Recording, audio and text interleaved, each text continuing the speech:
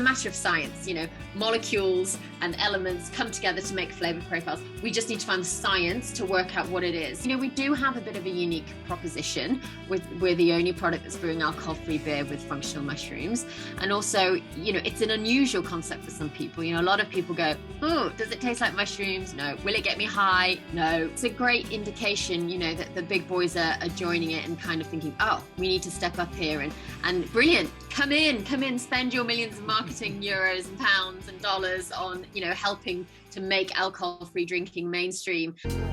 This is our award-winning Lion's Mane IPA. We've created a traditional IPA without the alcohol, vegan, gluten-free, and most importantly, contains the amazing nootropic mushroom Lion's Mane.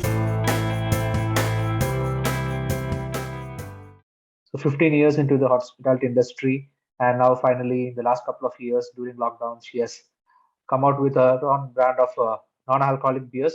We have Zoey Henderson, the founder of Fungtn, who will take us through the journey of Fungtn and how she has been making this interesting beers with a very, very interesting product. Let's hear from Zoey. Welcome, Zoey, to the show. Hi, thank you. It's nice to speak to you today. Zoey, before we talk about your latest brand, Fungtn, and the whole non-alcoholic category space, just want to understand more about you, where you come from, and what I have been doing for the last 13 to 15 years in the hospitality industry. Yeah, so my background has been hospitality since the beginning, really. I had a quick stint in advertising for a few years after graduating from university, and then moved into hospitality. And I set up a juice bar with a partner, and then went on to set up a coffee shop in East London on my own. And in between then started to do consultancy, because I started my first business when I was 26 and didn't have many people to reach out to that could help me. And my accountant was old and grey, and my the lawyer was old and grey, and everyone else I knew had businesses was old, and I just it was quite overwhelming. So I got into consultancy because I felt it was great to have someone, a peer, who had been through the same thing and could actually really help people move forward. So I did that for a few years. And then in between, I managed other people's businesses, and everything from doing events and festivals to managing restaurant groups. And that gave me just a really well-rounded view of hospitality. So the people, the customers, how people interact, the trends that were coming up. And it's something that I've always loved. I've loved service. I love providing things to people that excites them, challenges them, that brings them together. The faces of people when they're coming together for a meal in your venue, or when you're giving someone something that they're not expecting, it looks beautiful and they go, wow, that I've always really loved. And I think eating and drinking and socializing is such an important part of our culture globally. Whatever culture you fit into, sharing food and drinks with friends and family is the cornerstone of civilization. That's obviously been very hard for people over the last couple of years, and I think even more we've realized how important that is. And obviously along with those social interactions is the foods and drinks that we consume. And there are a lot of cultures that alcohol, especially in the West, is so tightly interwoven into the social culture that you always feel like it's the norm. Well, we have felt like it's the norm for a very long time. And somehow, if you didn't have alcohol, it wasn't a proper celebration. It wasn't a proper party or date night or whatever it was. And somehow it was lacking, or you were lacking, you were boring, or, you weren't really having a great party if you weren't getting drunk. That has changed. And what I've noticed over the years in all the different roles that I've worked in is how people really come together because of the social situation. So it's Friday night, you're getting dressed up, you're with people you like, maybe it's someone that you fancy, or your partner, or maybe it's your best friends, and you're relaxing and you're listening to nice music and you're doing something that's out of your normal routine. And that's the thing that humans love. And we're creatures of ceremony, and that's super, super important to us. The foods and drinks that we consume within these are just manifestations of our cultures and marketing. Alcohol doesn't have to interweave into these things. And that's what I was starting to notice. And my last role before I started Fungtn was working for an alcohol-free bar and restaurant group. So we had 3 sites across London, also happened to be plant-based. with no alcohol. And, you know, people would come and have a great night. They'd have a big meal, they'd have something sparkling, they'd have some cocktails, they'd be laughing with friends. And, you know, it was a really great, buzzy environment, but there was no alcohol. So it really started to get me thinking, okay, it's not the alcohol that's framing these social situations. So what is it that people want? And that really put the spark in my mind to set up Fungtn when I left that business and started working as a mindful drinking consultant. So I was then taking my consultancy background and then going, okay, I see people are wanting more mindful drinks. They're wanting less alcohol, but maybe the options aren't there, or maybe the venues don't understand where to put it in the menu. Is it a soft drink? Is it for kids? I don't know how to talk about it. So there was definitely a need for people to be educated in this space. So I started my consultancy, and then quite soon after we went down into lockdown, which nobody needed a hospitality consultant then. So that's when the seeds were sown for starting Fungtn. Great. So interesting journey. And if I'm not wrong, I was just going through the old articles where I could pick up a few brands that you actually worked upon that you mentioned in terms of the Moosh, if I'm not wrong, the fruit bar cafe, and then Slate Coffee that you are running in East London near to the London College of Fashion.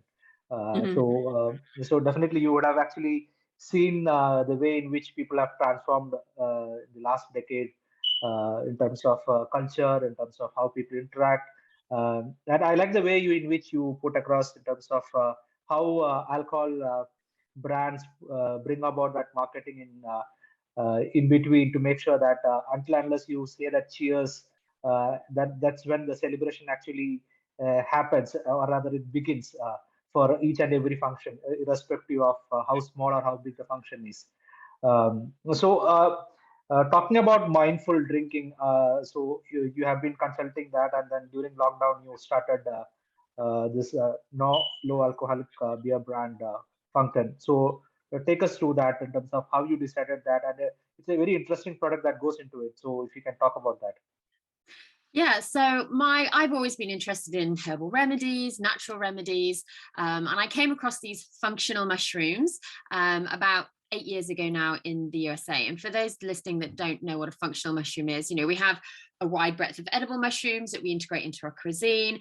We're hearing a lot about psilocybin mushrooms and magic mushrooms at the moment. They're the opposite end of the scale. But in the middle, you have these like superfood mushrooms that have these amazing beneficial compounds that go past just good nutrition and actually can contribute to other health benefits in our life. So they're known as a category called adaptogens. And that phrase was coined in the 50s by a Russian scientist who was looking for herbs and plants and fungi that could help keep up the stamina and the health of troops when they were on duty in the cold Russian outcrops. And basically, they help our bodies adapt to stresses. They help our bodies contribute to a natural level of homeostasis. So they don't over supplement something which then you end up with a deficit. They just help your body get back into the natural rhythms. So one of the mushrooms we use, for example, lion's mane, actually helps our brain synthesize something called nerve growth factor, and this helps nourish and condition our neurons. Now we make this factor ourselves in our brains, but when we're tired, elderly, don't eat enough of the correct foods, don't get enough sleep, stress, this can erode the amount of this factor that's produced. Therefore, that degrades the quality of nourishment that our neurons are getting. And then that leads to sleep problems, memory, focus, at the far end, things like Alzheimer's and dementia. So it's a really important thing that our bodies produce naturally, and this mushroom helps us stimulate that. So really interesting compounds. A lot of them are high in antioxidants, high in anti-inflammatory compounds, and they've been used in traditional medicine, Ayurvedic medicine, Chinese medicine for thousands of years. And now in the West, we're really looking at the breaking down the molecules and the compounds within them that actually have these beneficial properties. So I found these mushrooms about 6 years ago. I had some 8 years ago. I had some health problems. I had bad skin. I was quite stressed. I just sold my business in East London. So I was really kind of looking for some herbal remedies to kind of help me. And a naturopath recommended these mushrooms. I then started researching them and just thought, wow, these are incredible, you know, and they're not used in that many products at the moment. They're non-toxic. A lot of them are edible themselves in culinary, you know, dishes. And so they just really sparked my interest. So I started using them for my own health and well-being, and they were really working for me. There's a couple of brands in the US that put them into coffees or seltzers, but I hadn't really seen much happening over in the UK. At the same time, I was sitting in my garden, like most people, in March 2020, thinking, what on earth is going on with the world? And I'm drinking lots of alcohol-free beer. So my husband and I decided at the start of the year we'd do dry January, and then we thought we'd do 100 days no alcohol, and we thought we've got loads of weddings in the summer, we've got loads of things happening, when they all start again, we'll have a few drinks. Obviously that never happened, so we actually ended up doing the whole year not drinking. So I was really getting into alcohol-free beer. And I was just sitting in my garden one day, and I thought, had my mushroom coffee in the morning, and then in the afternoon I was having my alcohol-free beer, and I was thinking, I want to get more mushrooms into more foods, or into what could I put it into? This was just for my personal use. I was thinking, could I put it into some sauce? And I just took my powder and I stirred it into my beer, and of course it all foamed up and it went a bit weird. But when it settled down, I tasted it. I thought, do you know, that really works. The flavor profiles, and they're not very mushroomy in their taste, they're earthy, nutty, bittersweet. All the profiles very similar to hops and quite similar to coffee. So that's why traditionally, you're seeing quite a few mushroom coffees on the market. And I just thought, wow, why is nobody doing this? The alcohol-free market was growing, certainly still in its infancy, but we went from having no options and maybe one awful alcohol-free beer, and then if you went out, you just have a pint of soda water with lime. That was it. And then suddenly we had some really, really great products coming to market, some really awesome beers, some interesting spirits, distilled products, sparkling wines, and the market was really kind of kicking off. But what I saw was that you've already made this decision to say, right, I don't want to have alcohol. So you're obviously making choices for your health. And then what's next? So very quickly people are going, well, whilst I'm not drinking and imbibing something, what other benefits can I be getting from that? And we also live in this world, and again, it's personal experience. And, even though they're natural supplements, sometimes if you have to take a load of supplements at the start of the day and a tablet for this and some powder for that, you forget, you don't get it into your routine, it becomes a bit of a drag, and then you forget it and it slips out. But actually getting healthy things into our foods and drinks that we eat, one, is the most natural way, because your body is going through processes as you're eating and drinking it. You don't have to remember to take this pile of supplements at the start of the day. So I just felt that there was going to be a new market for customers who are really going beyond just removing the alcohol. So what was next? And that's what I'm calling positive wellness. And people are wanting to positively, actively do something to help their health. And what's the easiest way to do that? By what you eat and drink. So we're already becoming very aware that excess sugar, excess processed foods, excess animal fats aren't great for us, certainly not all the time.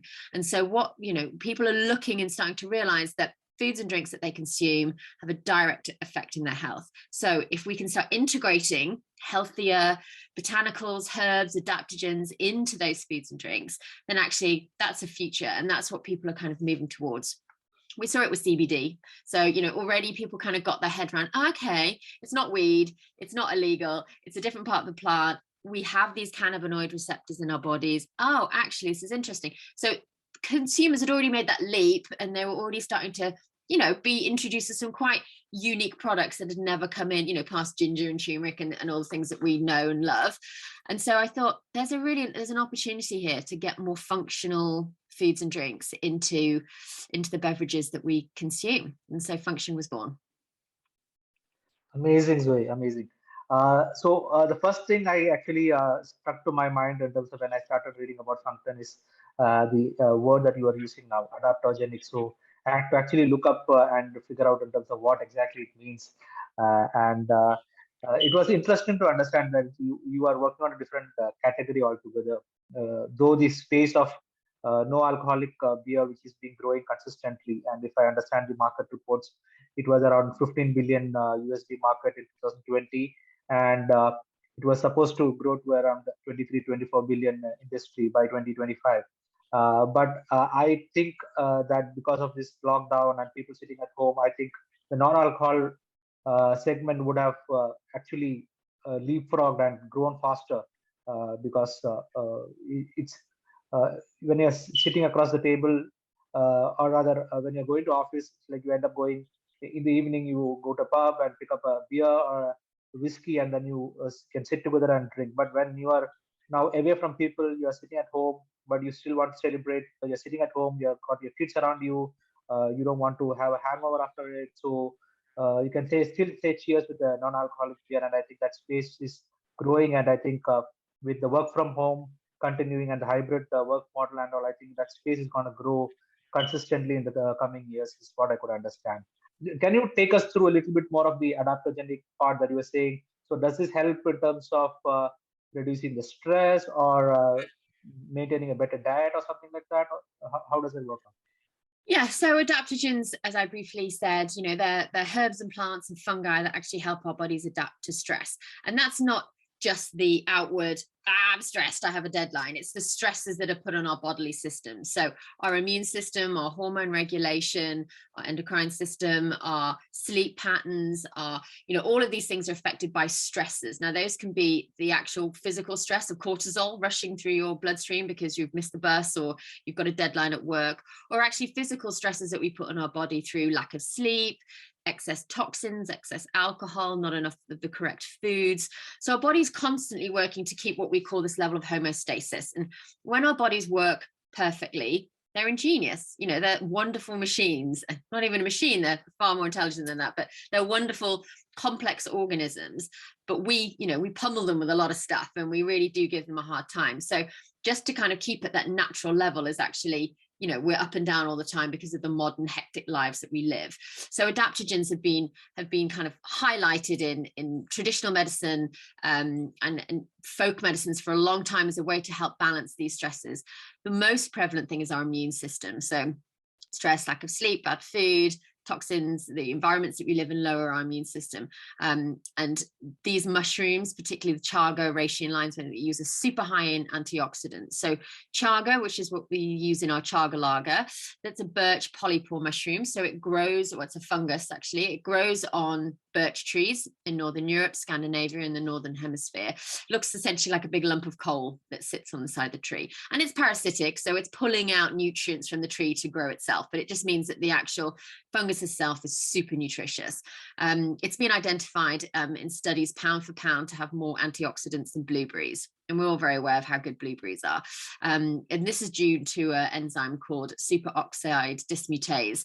And it's been identified as one of the key free radical fighters and one of the strongest free radical fighters that we've found so far. And free radicals are essentially pests that come into our bodies and they break down our cells and they cause cell degradation, cell mutation. They can affect our immune system. So having antioxidants in our diets is super important. So chaga is amazing for that.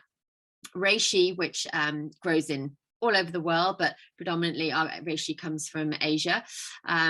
It's known as the mushroom of immortality. There are Chinese texts going back, I think, 5,000 years as the oldest record of having reishi. And it was used by the royal courts and their physicians to kind of keep the royal family alive and well. And we now know it's because it contains really high levels of anti-inflammatory compounds, immunosupportive compounds. So everybody's starting to understand how amazing turmeric is. We've known that for thousands of years for its anti-inflammatory properties, and reishi works in a very similar way.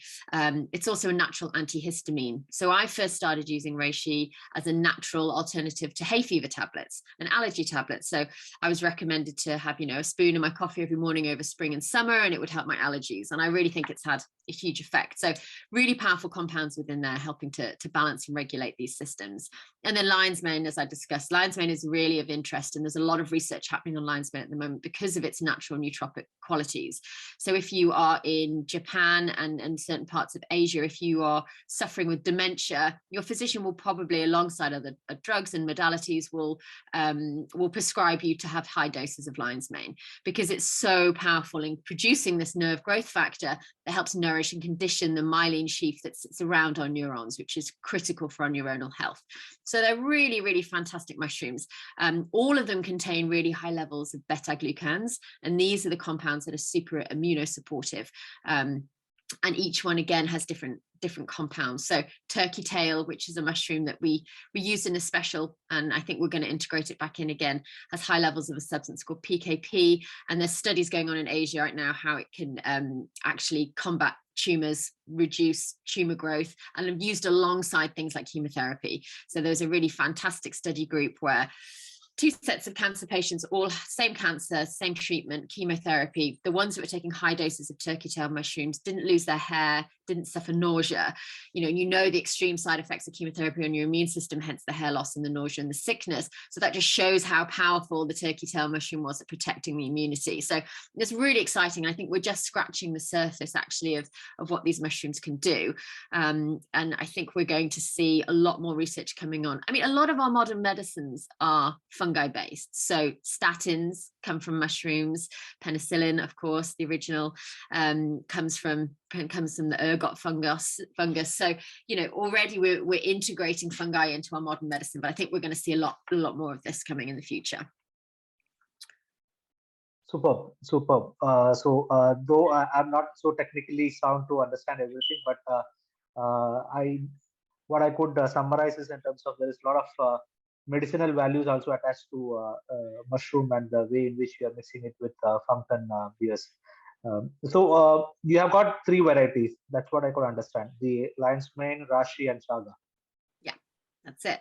That's it. So we have a lion's mane IPA, a reishi citra, and a chaga lager. So I wanted to develop a range of beers from the beginning because people have very different tastes. And I was aware that it was quite a unique proposition. So suddenly, I wanted to make sure that people found one that they liked, rather than go, oh, I tried that mushroom beer and I don't like it. But it might have just been the style that you didn't like. So our chaga lager is brewed as a Belgian or European style dark lager. So it's a malted lager, not so common in the UK. It's quite an old school style of lager, but very common in mainland, in the continent. And it's a really interesting full bodied malty beer with kind of tastes a little bit like a stout or a porter, but a lot milder. So it has that nice, interesting malty quality. That earthy heaviness goes really well with the chaga. Chaga is very, very dark, and it has a chocolatey, licoricey flavor to it almost. So that pairing kind of worked pretty well. Then we moved on to our lion's mane IPA. The lion's mane mushroom is actually an edible mushroom. It's called the pom-pom mushroom as well. It's a big white fungus that grows on trees in woodlands. It's a protected species in the UK, but luckily we can cultivate it. When you eat it fresh, it almost tastes like smoked chicken. It's a really thick mushroom. Put in a pan, garlic, and it's really delicious. And actually, you're seeing a lot of plant-based chefs all around the world integrating it into vegan menus, just because it's such an interesting meat substitute. It holds flavors so well. When it dries, it doesn't taste like chicken, luckily. It tastes like almost sweet walnuts. So it's got a really interesting sweet nutty flavor profile to it. And that I felt would pair very well with earthy, hop forward, hay-like qualities that you have in an IPA. IPA is also probably one of the most well-known craft beer styles, one of the most well-loved craft beer styles. So even if you're not too sure, you'll see the IPA and go, okay, I know that I've got that connection. So I felt having an IPA was really important. And then our reishi citra is a lighter, juicy citra hop beers. We use quite heavy, oily citra hops that are quite floral. So, when you taste it, it's got a kind of slight citrusy, grapefruit nose, bit of a honeyed finish, but that comes from purely the flavor profiles and the hops. There's nothing added into that product. And that I thought would pair very well with reishi, because reishi is quite a bitter mushroom. Slightly earthy taste, but predominantly bitter. So you only need a small amount of it, but also it needs to be paired with something quite robust. If we put it in the dark lager, it would have been a bit of a clash of taste. If we put it in the IPA, it would have been overly bitter, because IPAs are quite bitter with the hops that they use anyway.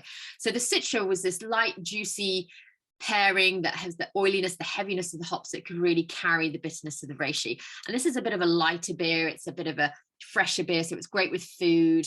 It's great in warm weather. So 3 very different styles of beers that I hope would attract different beer drinkers, and it really has. Over the summer we saw the sales of reishi going up because people were really enjoying it because it was lighter.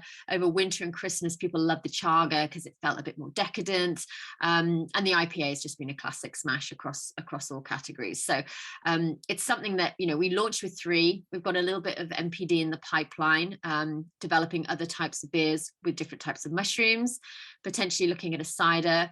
And what I'm really excited about starting to develop now is a completely alcohol-free version. So we have 0.5% alcohol in our product. Anything under 0.5 and under, you can say is alcohol-free, because the effects of it are non-alcoholic. So kimchi, a ripe banana, fermented foods, some of those kombucha, sometimes kombuchas can index at, almost coming to 1% alcohol by volume. So you can say 0.5 is alcohol free, but in certain countries, we're getting a lot of interest in the Middle East for our product, for example, but we can't have any alcohol in there at all. So I'm about to start working with some very clever people who develop completely 0% beers. It's a non-fermented beverage. So a lot of the old diehard beer people would say that's not a beer. But we're going into a country where these people don't drink beer anyway, so it doesn't really matter as long as it's got that kind of good flavor and that profile coming out through it. So there's lots of interesting things that we can do in the future. Absolutely, Zoe. So you spoke about the Middle East market. Middle East market, everyone knows that it's alcohol-free market, and but the overall the generation out there is adapting to a lot of new things, and they want to show that the market is opening up for them, but still keeping their traditional values together. So they are looking up to a lot of non-alcoholic brands, whether it be beer or any other drinks. So they are looking to bring more brands to their countries and to inculcate that, so that people don't feel left out from the celebrations, but still you maintain your traditional religious values. So that's great. It's a great market actually to get into. Yeah, and it's really important. I think what's interesting is the younger generation. So traditionally, in religions where you can't drink alcohol, even having something that mimicked alcohol could be seen as, not okay. But there's younger generations who say, look, I want to stay true to my faith. I want to not drink alcohol, but come on, like you see people in Sex in the City or, TV shows. People are watching American TV. They're watching people in bars, drinking, playing pool, drinking beer, and they want to have that, but they want to stay true to their cultural values. And I think that's fine. Religions and cultures have to move on as well. So it's like, if you can have a completely 0% beer and play pool with your friends, or go and have some cocktails and wear a nice dress, then that's cool as well. And I think we have to there's a younger generation who are demanding more for the products that they drink and that they consume, and it's great because it is opening up this incredible market where these people haven't had these types of drinks before. And it also makes it feel a lot more inclusive, I think. So even when you do drink alcohol, maybe you're pregnant, maybe you just don't want to drink on this particular evening, you don't want to feel like the little kid sitting in a boring coffee shop with an orange juice, meeting friends for a drink, right? You want to be in a nice environment. It feels adult. Maybe there's nice music, there's nice food, in a bar type of environment, but you don't want to be surrounded by alcohol. And it just makes it more inclusive. And we talked about the Virgin Mary bar a little bit before. They're one of our earliest supporters, and they've actually launched a restaurant now in Abu Dhabi. And yes, and they're continuing to expand their empire in the Middle East, and their proposition is really interesting. Beautiful looking restaurant, beautiful bar, lovely food, but all alcohol free, and it's wonderful. I think it's yes. really exciting. So talking about the Virgin Mary bar, I have been to the one here in Dublin. And I was talking to Nicola the other day before the launch of their outlet in Abu Dhabi. If I'm not wrong, yes, in Abu Dhabi. So she said the market is completely different. So we are launching a proper restaurant bar, which looks premium, elite, because that's how people will relate to that in the Middle East market. So she was very upbeat about that, and she was also talking about her contacts and the plans to reach out to other Middle East markets, and probably I think one or more countries, maybe in 6 months or another year's time, I think they would be launching it, if I'm not wrong. Yeah. So coming back to your brand, you have named it Fungtn. So why Fungtn? So it's a combination of functional and fungi. So I think in terms of branding, my background is early days at university, and my first jobs in advertising is branding. So it's always been in my mind that when I created a product, it had to be a brand. It had to have stand out, because we all know that doesn't matter how great the liquid or food is in the packet. If you don't have a strong brand, it'll just get missed by consumers. It won't get picked up. And I always think creating a name that's unique, that doesn't exist before, that you completely own, is a really strong brand proposition. So yeah, creating that combination of function and fungi together seemed a good idea. Nice. So you when you talk about the way in which brands should stand out, I was just brushing back my MBA days long back. So wherein Mhm.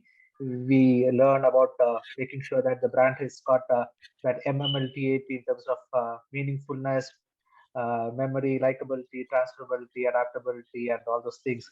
So it's really nice to see in the way which you have come out with the name and the way in which you have actually the fonts used on the brand and the way in which you have put it on the bottle. It looks it's interesting. So someone who walks into any of the shop, even if he's not interested, he can just maybe he or she will pick up the bottle and just turn it around to see what exactly is inside this.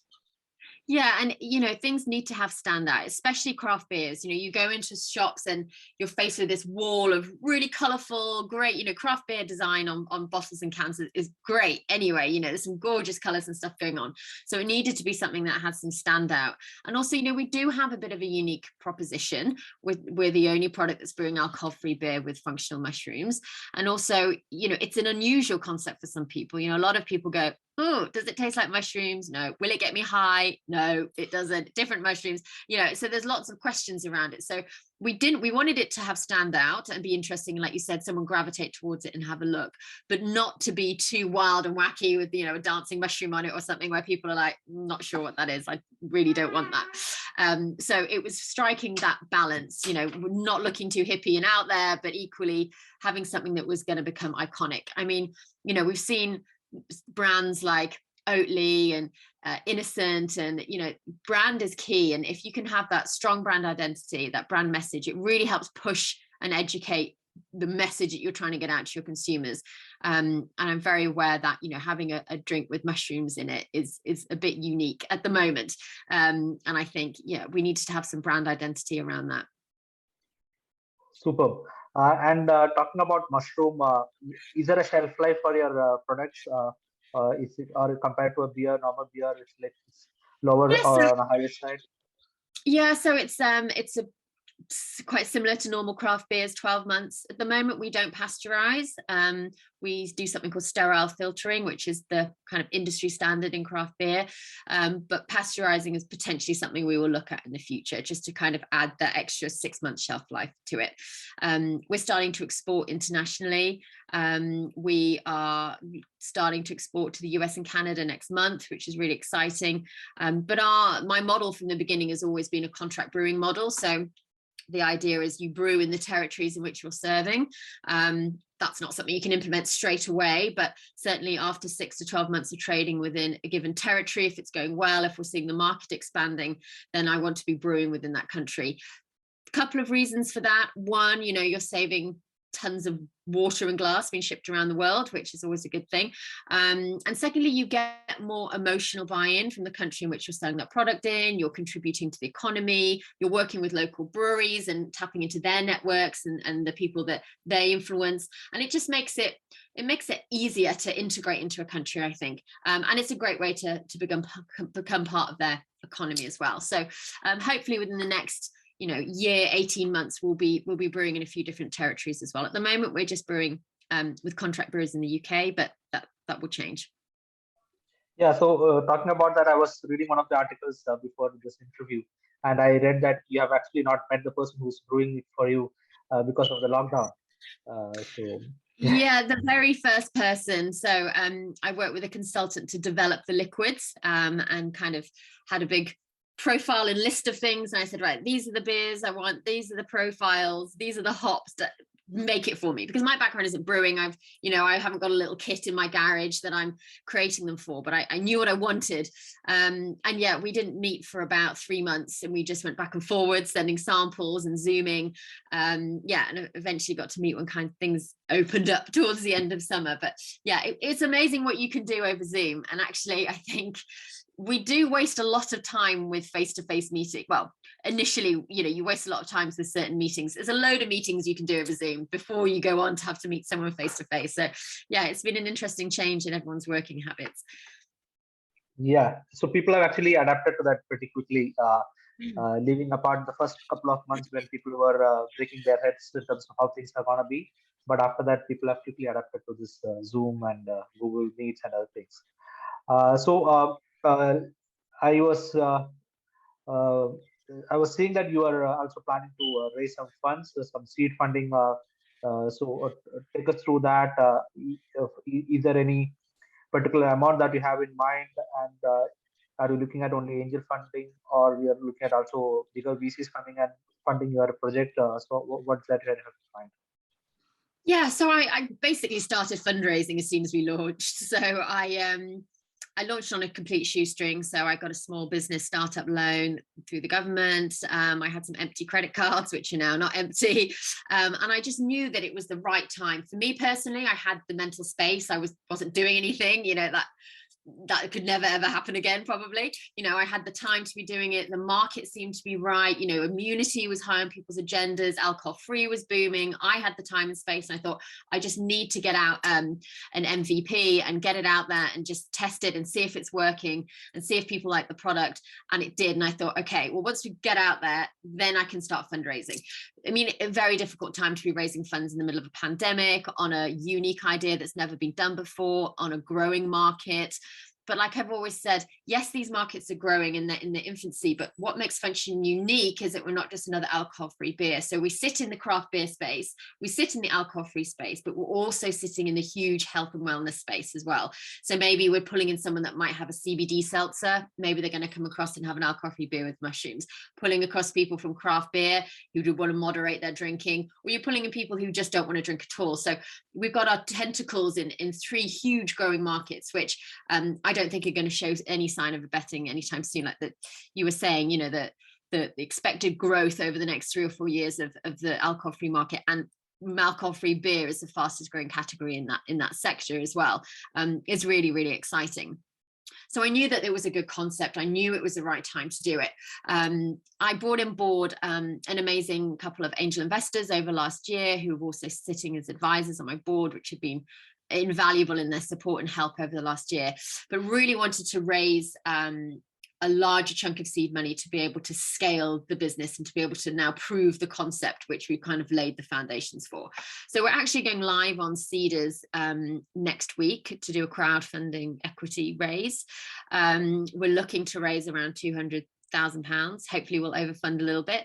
And that's really to take us to this next stage. So we're exporting in Europe, Asia, in the US, in Canada. As soon as we've developed this 0% range, we've got contracts which hopefully can be secured in the Middle East. We're also talking to people in Australia. So by no means do I think that £200,000 or £250,000 is anywhere near enough to launch into all these markets. But what is a unique thing for the no and low is these markets are small and growing. So it's not like you're trying to push into a huge, mature, saturated market. You're going into a small market, so we can just get a little tentacles in there, sit back and say, look, we're in all these markets, there's growth, we're a unique product. Now let's go for our Series A fundraising, and now we can really start making a difference. So yeah, we're looking for not a huge amount of money, 200,000 to be able to really set those things in stone. I'd quite like to hire some people, it's quite lonely. Founder of one, I know Susan at the start said I was a co-founder. I wish I was a co-founder. I wish I had somebody to help me with. It's just me at the moment. So yeah, hiring a team, developing this NPD, pushing our marketing in the UK and developing our listings in the UK as well is really important. And then setting these tentacles out for export in these other countries. So it's going to be an exciting year ahead for sure. Definitely. I'm sure that the market itself is growing, and you are creating a niche within a niche. So it's going to be an interesting market and year ahead. And when you see bigger brands like Heineken, Carlsberg, they are focusing on bringing out 0.00 beers. That's when you actually know that the smaller brands are making an impact on the market, and they're slowly taking away their market share. That's when the bigger brands actually jump into the space and make sure that we are there, don't go away from us. And here, like in Dublin, I could see Guinness doing a huge lot of marketing around their 0% alcohol beers.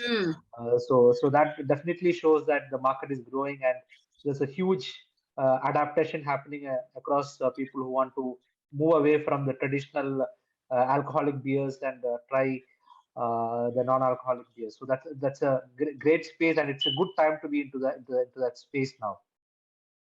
Yeah, and it's a great indication, that the big boys are joining it and kind of thinking, oh, we need to step up here, and brilliant, come in, spend your millions of marketing euros and pounds and dollars on, helping to make alcohol-free drinking mainstream. And there's always a market for independence. There's always a market for unique products. But, until we can get everyone's head around the fact that it's normal to drink an alcohol-free beer, which Heineken and Guinness are doing an amazing job of perpetuating that, then we can really, the market will really start to move on. But what's interesting is once these big boys come in, the shelf space in the supermarkets start to get bigger.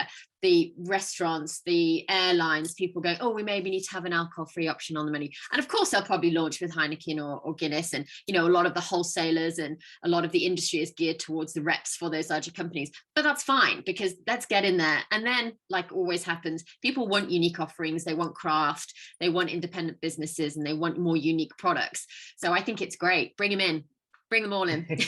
Absolutely. So I like the way in which you put in the terms of the shelf space will grow bigger for non-alcoholic beers, and maybe soon we will see maybe people moving away from the off license, and maybe like a semi-on-off license or something like that coming up with non-alcoholic beer space, and the way things are moving, I think people will also try to bring about similar changes in other categories also, though I don't know how easy it's going to be to replicate in a gin or a whiskey or a vodka in terms of the same thing. But I think people will try to figure out alternatives for that as well in the coming years. Yeah, and I think it's really interesting that beer has been the easiest and the largest growing category because you are still making a beer. You either make a full strength beer and de-alcoholize it, or you cap fermentation like we do. So in essential terms, you are making a beer. People go, oh, that's not a gin though, because it's, yes, the spirits go through a slightly different process. Wine is really stepping up actually. And there's a wonderful brand, Thompson Scott Naughty. They're kind of dominating with their amazing sparkling wines, but they've also just released a red, which I'm yet to taste, but I'm really excited about. But it's a matter of science, molecules and elements come together to make flavor profiles. We just need to find the science to work out what it is. There's interesting products like Sentia, who are a distilled spirit brand, who are a botanical spirit brand. They're actually it's headed up by Professor David Nutt, and he's a neuroscientist that's looking at how our brains work with alcohol. So they're actually containing compounds and botanicals that mimic the alcohol's effect in your brain without the negativity. So I think we're going to see, we're really in the infancy of this market. We're going to see some really interesting scientific kind of wins where we're really discovering how to make these flavor profiles that mimic alcohol but without the negative effects, and I think we're already seeing it becoming more mainstream. We're already seeing people really start to integrate it into their lifestyle and actually believe that it is okay not to drink, and there are more options out there now, and I think it's a really exciting space, but it's going to move quickly, and it's going to diversify quickly, where I think the functional products within the no and low space is a really exciting category, and then we can combine these two killer combos, if you like, of health and wellness and social drinking, and those are markets that are here to stay globally as well. And what's interesting is we're seeing this mindful drinking movement, if you like, happening all around the world. So it's not just in one country. It's this new kind of way of drinking. It's either affecting people from a mindful perspective in the West that rely heavily on alcohol, or like we discussed before, bringing in new markets that had never drunk alcohol products, but now they want to have the social aspects of it, but they want a completely alcohol-free product. And finally, what I think is really interesting is you were talking about at people's attitudes. And for me, will we see a completely alcohol-free off license? Well, there's been a pop-up in London. It's still going, the Offie. And there's actually another one by Anna Hindermarch as well. So there's 2 alcohol-free off licenses popping up in London at the moment. There are no other alcohol-free off licenses in London. We're seeing a lot of alcohol-free bottle shops popping up in the US and in Australia. But for me, I think the future is about integration. As always, it's about bringing together these two worlds. So when I go into a wet-led bar, I want to see half the menu with alcohol free, half the menu with alcohol, because there are still people that want to drink alcohol. There's still people who have a healthy relationship with alcohol and just like one glass of wine, and there are people that like integrating it into their diets, and that's fine, but you have to have that choice. So if you have 5 beers on the menu, have 5 full strength beers and then 5 alcohol beers. And for me, I think the future is looking at ABV, alcohol by volume, really as an ingredient. So I'm going to look down my cocktail list and I'll be like, ooh, that cocktail's nice. That's got 4% alcohol. That one's got 40% alcohol. That's got 0% alcohol. And you just start treating it like an ingredient, and you're going to dial it up or dial it down to what's suiting your mood. And actually it won't feel like the other or separate. You know, you'll be in a bar, the bartender will be making an amazing drink with his flair and skills, but actually he's just made you one with no alcohol. And then your next drink might have some alcohol in it. So I think it's about this mindful drinking movement. And this is where the market's really interesting. There's always been the sober space. There's always been people who do not drink alcohol.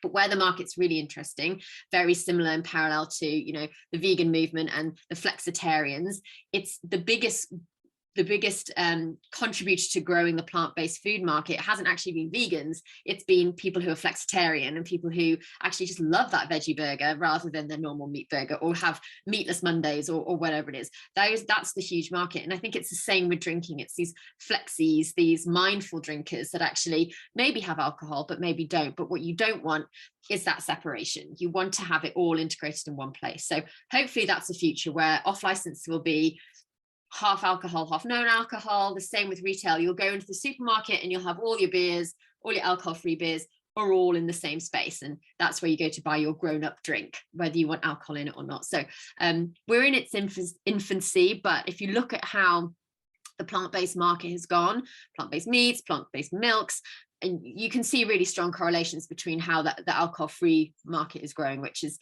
yeah, it's a good indication of its future growth and success.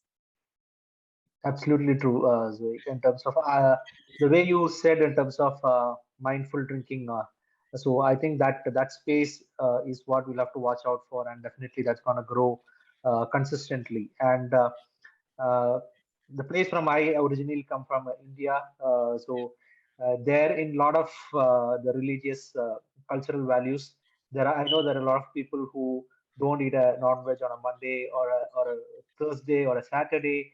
Similarly for the alcohol as well. So maybe when they go out and they want to pick up a drink, so on those days maybe they can look at for a non-alcoholic beer, and the way you put across, like it's a flexibility that needs to be put into the system, in terms of people can choose in terms of what they want, and give them options. And if you give them more options, they will be more than happy to actually adapt to that and grow, help the market grow along with that. Yeah, definitely. I agree. And it's good for businesses. You know, you're losing customers when someone comes into your bar, they don't want to drink alcohol. Okay, they might cave in and end up drinking alcohol and then getting really annoyed with themselves. Or they might go, do you know what, I'm going to leave, or I'm going to drink soda, water and lime or a Coca-Cola all night. You know, this customer, you know, I'll go out and I want to spend £30 on drinks tonight.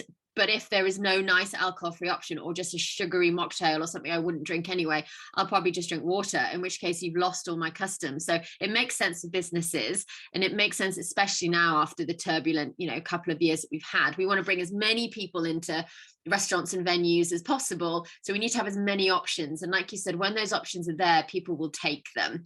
And that's down to, as well, education of staff. So when someone comes in and said, do you have a soft drink? And it looks, you know, it's a grown up saying it. You say, oh, well, we actually have some non-alcoholic products as well, some beers. And they're, oh, okay. But so many people just think that they wouldn't have it, so they don't ask. So you just, you know, if a member of staff just blindly pours them a Coke, you've just lost a load of business. You've also, you know, lost something that maybe, if you're drinking something more interesting, you'll pair with food. You know, if you're just drinking sweet, sugary drinks, like, oh, maybe I won't eat, or, you know, you're not going to eat. As if you're having, oh, I've actually had a really nice beer, let's have some nice food. So it all kind of trickles into just the customer experience. Like I went back to the very beginning when I was saying, and that's what customers want when they go out. It's the social experience, it's the ceremony, and it doesn't have to be integrated with alcohol. Absolutely, Zoe, you summarized it really well in terms of it's the social celebration that people want, minus the alcohol if possible. So great. So Zoe, before I conclude, just want to understand. So you are based from your basement, or do you have office space, and what's the sales currently happening for Fungtn? So I'm currently based up in North Wales in my home. This is my office, working from home still. I think there are a lot of benefits of doing that. And I think as we scale, we'll have people based in different places and we'll come together in person and come together virtually. I think the days of having one big expensive office block are quite outdated now. I think we can be flexy globally and working with different people all around the world. But this year, hopefully we'll secure our funding in the next month or so, exceed expectations, and then we'll be able to start bringing in some people to help with sales and to expand our reach in the UK and to further our relationship with our partners abroad as well. The NPD is really exciting for me. I'm also about to embark on a research project with Bangor University up here in North Wales and another Welsh business that grows and cultivates mushrooms to look at how we can develop more tailored extracts from some of the mushrooms that actually over-index in things like vitamin D or vitamins that we can start to talk about claiming immunity around. And this is one of the issues quickly I'll just address with mushrooms and a lot of other herbal products. You can't directly say they support your immunity in my beer. I can't say that Fungtn supports your immunity, even though the mushrooms that I use are high quality and of a level that if you have them regularly, they will support your immunity because they've been tested. We can't say that the product can. There's a list of products, in the UK and the EU that you can say claim immunity against. Vitamin C, for example, is one of them. Vitamin D, vitamin B. So I wanted to look at, rather than just putting supplements into my product, could I actually look at how these mushrooms are grown and how we get extracts from them that are naturally high in levels that we can make claims around. So this is a really interesting bit of research that we're starting now over the next 12 months. So that's going to be super exciting. And then obviously that could have quite far-reaching effects on our product and how we talk about our product as well. So lots of exciting things happening in the pipeline over 2022. The future is just keeping us as healthy and happy as possible. Mental health and mental health awareness is a huge part of it. We know that excess alcohol, even excess processed foods and too much sugar can affect our mental health. Our bodies are, literally having to fight off lots of mad things at the moment. And I don't think that's going to change over the next 50 years of our lives. So we need to take our health into our own hands and we need to start consuming foods and drinks and products that actually positively contribute to our health. And if we do that, so it was said 3,000 years ago, let food be thy medicine, and it's still true today. 2,000 years ago, it's still true today. Food is thy medicine. What we put into our body directly contributes to how we feel and how we work and how our bodies work. So yeah, if we can contribute a little bit to helping people to make more mindful decisions, think about their health and wellness and integrate more of these amazing fungi into their diets, then I'll be happy. Superb, Zoe. So nicely put across in terms of how the world will change. Hopefully, it will change in the next few years. And all the best for your fundraising, which is going to happen next week. And hope to see Fungtn grow enormously in the coming years. And hopefully, I can catch you back on the show once you are across the whole globe and selling crates after crates of Fungtn. I'd love that. That's great. It was really great talking to you. Same here, Zoe. Thank you very much.